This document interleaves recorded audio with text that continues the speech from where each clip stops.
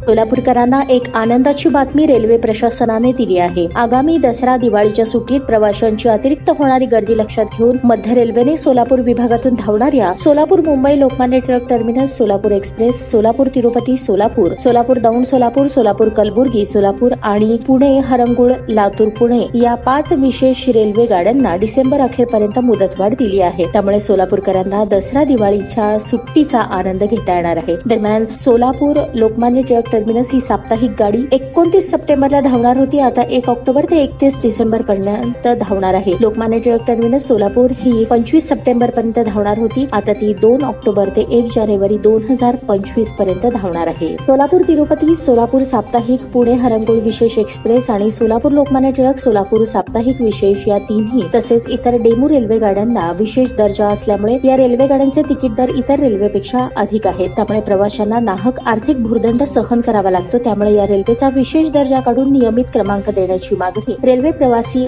संघटनांमधून होत आहे।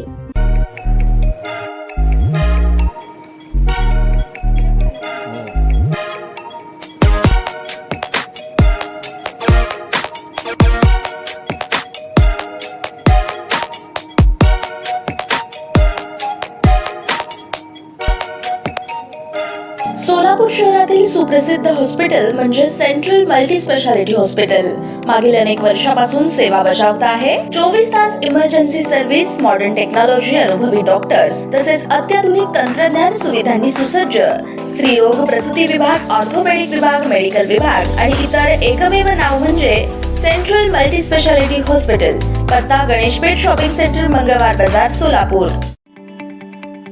ताज्या बातम्या पाहण्यासाठी प्राईम महाराष्ट्र न्यूज चॅनलला सबस्क्राईब करा।